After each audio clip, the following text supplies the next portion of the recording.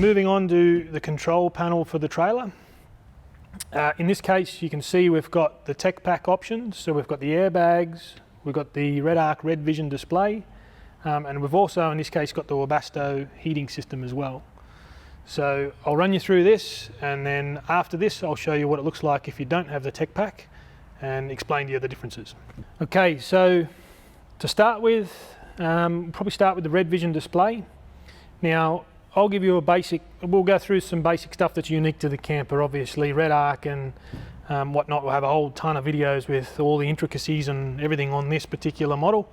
But I'll show you what's going to be important for you to get away camping and use the camper. So, a few key points. You can see here we've got these soft keys on the side. This is how we control basically each of these functions that are alongside the screen. So in this case, you can see we've got a few lights. We can turn all those on and off. We can remotely turn the inverter on and off, which is what that symbol means. For that to work, the inverter has to be flicked on the other side of the trailer, has to be flicked into what they call remote mode. So I'll go through that when we get on the other side of the camper. But you can see here we've got basically one page. If we scroll down, we've got more icons. So it's the same page in the middle, different icons on the side. So we've only got 2 pages, so you can't go too far wrong. If it's not on this screen, it's on the screen below it. On this screen you can see we've got the water pump, we've got the fridge, and we've got the 12-volt outlets, which includes the air compressor and the outlets at the back. So all your accessory ports, that sort of thing.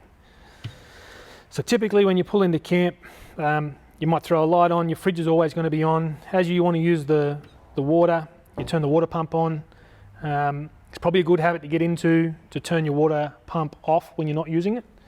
If the kids come along and open a tap, or if you travel with it on, the pump works on a pressure switch. So as soon as it sees an open tap or it sees a ruptured pipe or something like that, it's just going to run. So good habit to get into to turn the pump on and off just as you need it. Don't get too hung up on it, but just a good discipline to get into if you're going to leave it off for a few hours. So yeah, all your lights, all of these functions, as I say, they're all available on your phone via the app, but I won't go into all of that.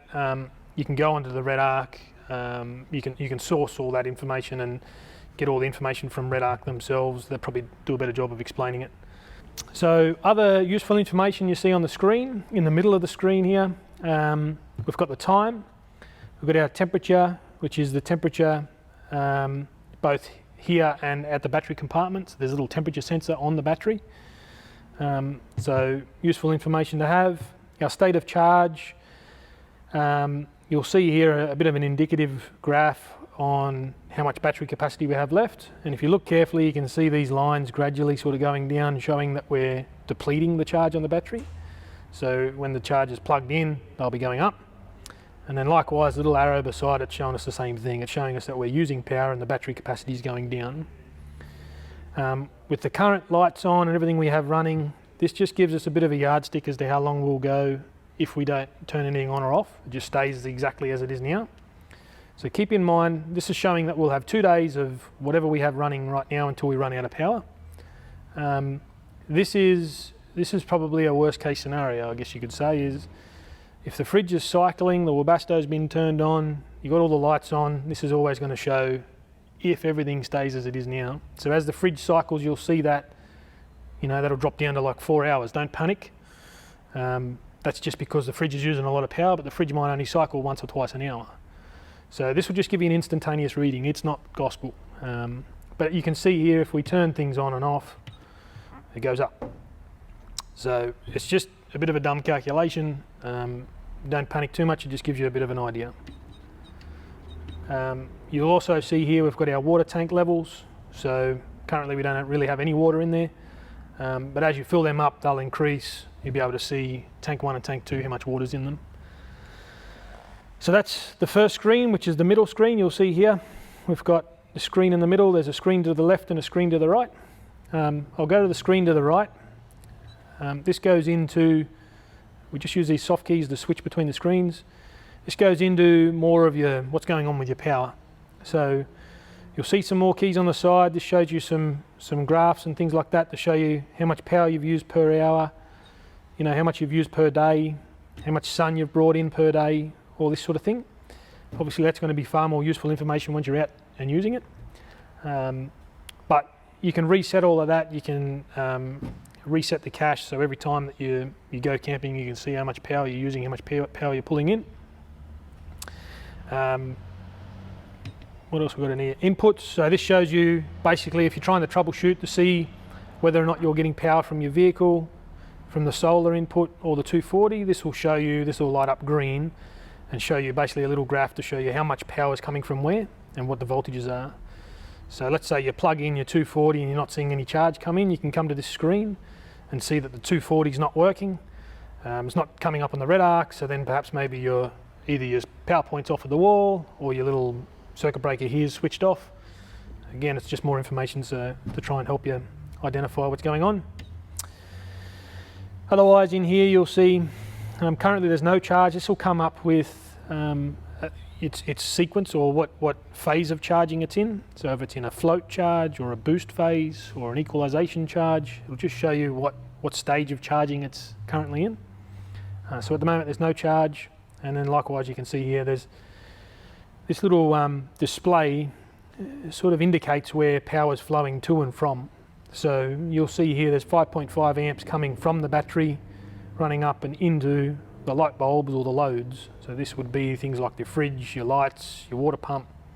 So all of that power is coming from the battery into the loads, none of it's coming from the BMS. So we're not getting any charge from anywhere, which, you know, lines up with the fact that it says here no charge. So when we plug in, you might see this come up to like 20 odd amps. So it's going to be, you know, 20, 30 amps coming in. And it might send 5 amps to the loads, and then 5.5 amps to the loads, and then it'll be 24.5 amps going to the battery to charge the batteries up. So have a play around with it, you'll see how that all works. As I said, jump on the Red Arc page and you'll be able to watch the really in-depth video on how that all functions. But they're really, really simple setup. That's one of the best things about them. They're really simple to use, don't get too daunted. If you do get to a screen you don't know what you've done, just don't touch it and it'll cycle back to the main screen. But don't be afraid to have a bit of a play. If you're in this right-hand screen or this middle screen, you can't go too far wrong. As I say, just have a muck around with it. The other things in here, we've got voltage and temperature, which we've gone through, and if we go down, we can see how much our inverter's consuming at the moment as well. So if you've got the tech pack, you'll be able to see all this. Probably only other things you need to know is we have a master switch which can turn everything on and off. So if you push this center button twice, it turns everything on and off. If you've got the fridge on, it'll leave the fridge on. So when you travel, if you just want to quickly turn everything on and off, you can push this center button twice. It'll remember what load you had on and it'll bring them back. The fridge will always stay on. It's programmed to never turn the fridge off unless you physically turn it off. Probably the only other thing you need to know with using all of this, aside from going into the settings, you shouldn't have a need to go into the settings, but it's storage mode and touring mode. So when you park the camper up and you leave it for, you know, a month in the garage or whatnot, you can stick it into what we call storage mode. So if you click this button once, you come into this power control screen, and you've got this little picture of the caravan. If you click that, you'll see here system mode is touring. If you click sideways, it goes into storage. Hit yes, save these settings, mode storage, all loads will be disconnected in storage mode. Yep, do that, boom, turns everything off. So now basically all that does is turn this charger into, instead of trying to dump as much power as it can into your batteries because you're on the road and you're touring and you just want to get power in, it's now going into like a maintenance mode. So it's more about looking after your batteries and trying to make them last longer. So it's probably not a bad thing to have if you're going to keep your camper for a really long time. Stick it into storage mode, leave it on charge for, you know, a month or whatever while it's laid up, and then when you go traveling, push the little button again, push the little caravan, flick it across, touring mode, yes, and it'll all come up again. Right, so that's the Red Vision. There's a bit to it, but moving on, you can see elsewhere on here we've got some other controls. So Obviously, if you have the tech pack, then you're going to have the airbags. So the airbag suspension's something you're probably going to use fairly regularly to level up when you get into camp, or you can adjust the ride height while you travel, but mainly just level up when you get into camp. So it's controlled to bring on the actual compressor and energize everything and see the pressure gauge. We turn on our 12-volt accessories. This will bring up the pressure. Now, couple of points to realise when you were talking about airbags. The pressure is almost irrelevant. You're going to have different pressures from one side to the other. They're going to fluctuate. They're never going to be perfect. If they're exactly the same, there's nothing saying that your camper is going to be level. The pressures, as I say, are just as a guide. You probably don't want to go too high. You don't want to go above 90 odd psi. You shouldn't have any reason to be below 20 or 30 psi. The key important thing that you've got to check here is height. So use this as a tool to raise and lower the camper, but always reference it against the height, which I'll show you underneath. We've got a couple of height gauges on the against the wheels, which you can see. It's fairly straightforward. Between inflate, we've got these two paddle valves. So the bottom one is the left-hand side, the top one is the driver's side, the right-hand side. So to go up, we raise, we basically push the paddle valve towards the back, and that'll put air into the left-hand airbag. So as you do that, the camper will come up, and then likewise to lower it, push it the other way, it'll lower it down. So pretty simple. You can adjust all that.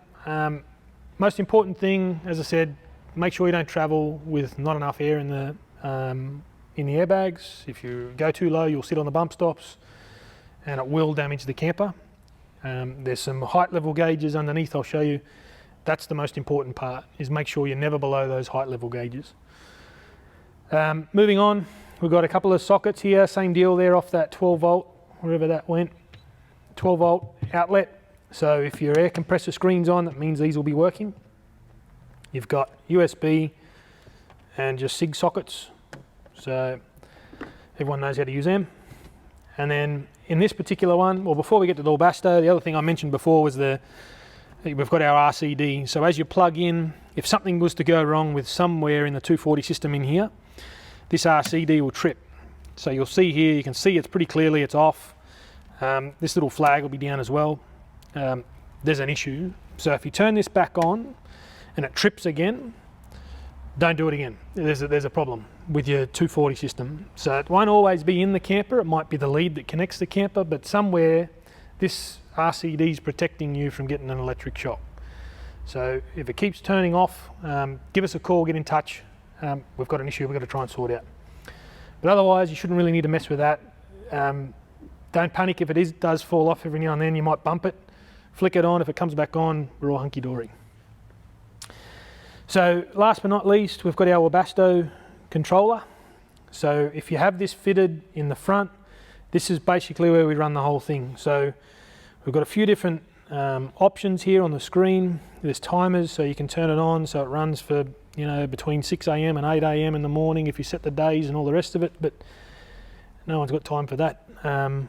You've got a few different settings and things, but in essence, all you really need to know is you push the little on-off button in the top right-hand corner. It'll illuminate the screen. Go to heating, push the little dial. It asks you how long you want it to run for, so if it's an hour or 2 hours or however long you want it to run for. Let's say we go max,